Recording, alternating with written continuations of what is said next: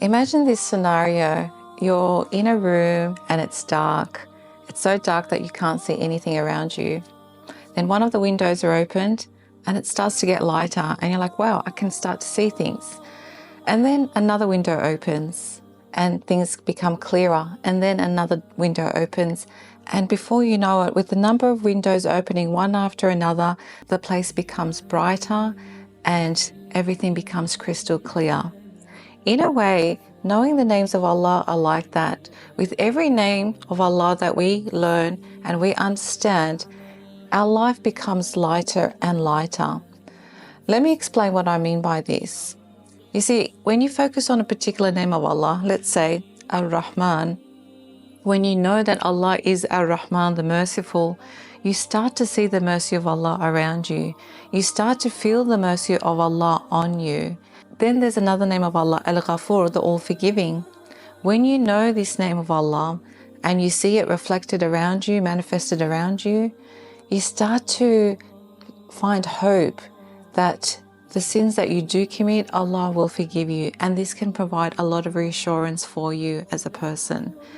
And the list can go on. The name al-alim, the all-knowing. You look around and you see the knowledge, but also you see the potential of these names within yourself, that you can become knowledgeable. You can manifest the name al-alim in yourself and become a scholar.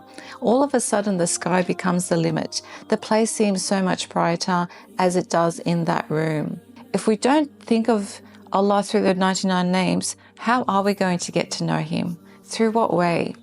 When you look at the Quran, the names of Allah are mentioned over and over. Think of one of the smallest surahs of the Quran, Surah Ikhlas, Qul huwallahu ahad. Allah He is ahad, He is the one. That is one of the names of Allah, al-ahad. Allah through the Quran is telling us to focus on His names. He's telling us to connect with Him through His names. And therefore, this is a very, very important way not only to connect with Allah, but also to understand the reality of our surroundings.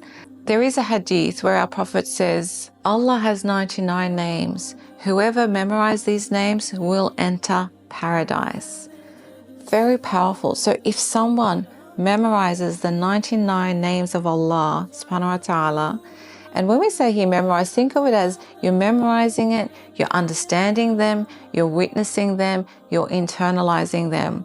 So if you're able to do this, you are being guaranteed paradise. It's not just about knowing the 99 names of Allah, it's also about living them and making dua with them. It's one of the etiquettes of dua to use the names of Allah when making dua. And you can find that it can be transformative. I remember once where I was in a situation where I really didn't know how to move forward. I was like, oh Allah, you are the al-Fattah, you are the opener. Open the pathway that is best for me.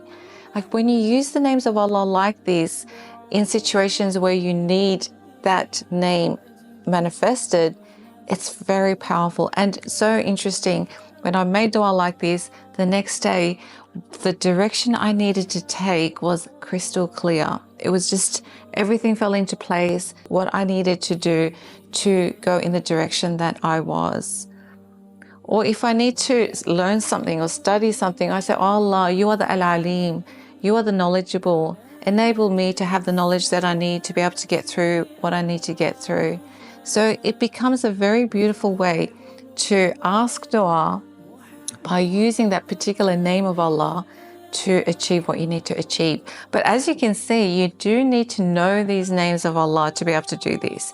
So it's really important to actually study these, immerse yourself in these names of Allah. I also mentioned that we should include the names of Allah when we're making dua to Allah subhanahu wa ta'ala.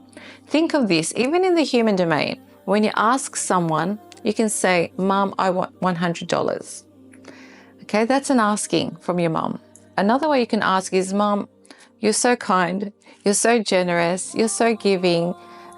Could you please give me $100?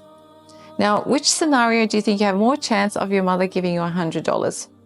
The second one, because you're connecting, you're tapping into the qualities that your mom has, and because of that, you're going to generate a generosity within her, and she is going to be more likely to give. Similarly, when we're asking of Allah, when we say, Allah, you are the merciful, you are the compassionate, you are the kind, forgive me, forgive all my sins, your du'as are more likely to be answered. So next time you make du'a, make sure you do tap into the names of Allah when you're making that, and make sure to learn the names of Allah. This could mean focus on one particular name of Allah, and you will find by the time in 3 months, you will know all the names of Allah, inshallah.